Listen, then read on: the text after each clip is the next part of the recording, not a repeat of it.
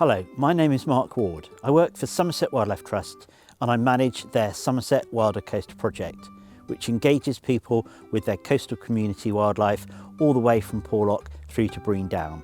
Today we're at Helwell Bay, which is about 10 minutes walk east of Watchet, and this beach is often known as the Fossil Beach. If you visit this beach, there is a small private car park just above the beach, or you can park in Watchet itself and then walk up along the coast path behind the East Quay Art Gallery, and it's about a 10-minute walk. There are loos and facilities in the town, although there isn't anything at the beach itself. To get down onto the beach, there are some fairly steep steps that you have to walk down to access the seashore here, so it might not be ideal for people who have limited mobility. You can come down to beaches like this yourself and have a look around and see what fossils you can find, or you might wish to visit the visitor centre in Watchet, which might tell you about organised fossil tours that are going on whilst you're here.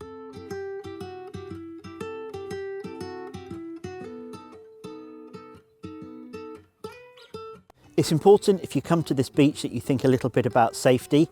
As well as the steep steps down to the beach, you can only really access it at low tide, so please make sure the tide is out before you come and explore and watch the tide while you're here. Often the rocks themselves can be quite slippery, so please be careful. And the fossils are often found falling out of the cliffs behind, and it's really important you don't go close to the base of the cliffs or start chipping away at the cliffs seeing what you can find. This section of coast is actually Jurassic, very similar, in fact identical, to the famous Jurassic coast in Dorset.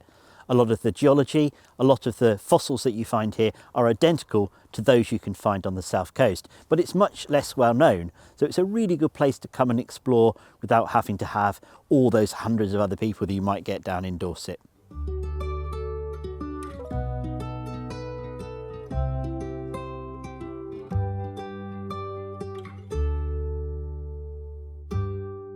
The best ways to search for fossils here is to walk along the top of the beach away from the immediate cliff edge and just rummage around in amongst the shingle and the shells and the stones and turn them over and have a really good look. And once you get your eye in, you'll probably quite quickly start to spot some of these really amazing little fossil specimens.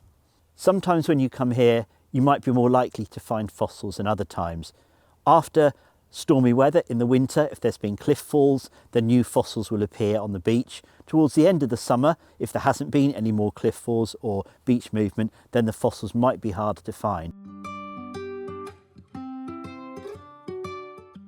So fossils are really ancient remains of really old sea creatures and things that over millions and millions of years have become hardened into rock, either through imprints or through the original shells or carapaces of those organisms.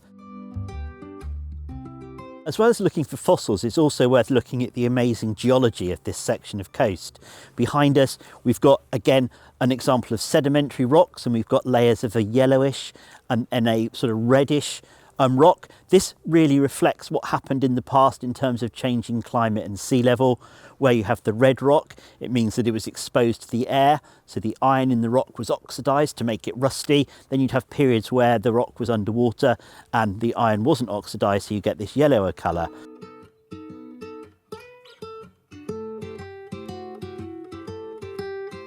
If you start looking really closely at the shingle and the stones on the beach and really get your eye in, you might start to find some really brilliant fossils. Some of the stones that you find are quite loose and you can snap them and break them open, and sometimes when you do that, if you look inside, or they might expose little tiny ammonite fossils like the one we have here. Some of the other fossils are much harder and they seem at first just like stones, but when you look closely you can see they are actually fossils. This one here is called the devil's toenail. The proper name of it is Griffia, and it's a fossilised oyster from the Jurassic period. I've just moved down onto some of the bedrock a little bit further down the shore. I found another amazing piece of ammonite here. Ammonites are actually related to modern day octopus and squid, and in fact most closely related to something called a nautilus that we find in tropical seas today. And some of them on this beach here are absolutely massive, and I've just found one here which is almost the size of a car tyre, which is embedded in the limestone here. So yeah, if you imagine this as a living organism, it would have been kind of this big, floating around in the tropical oceans.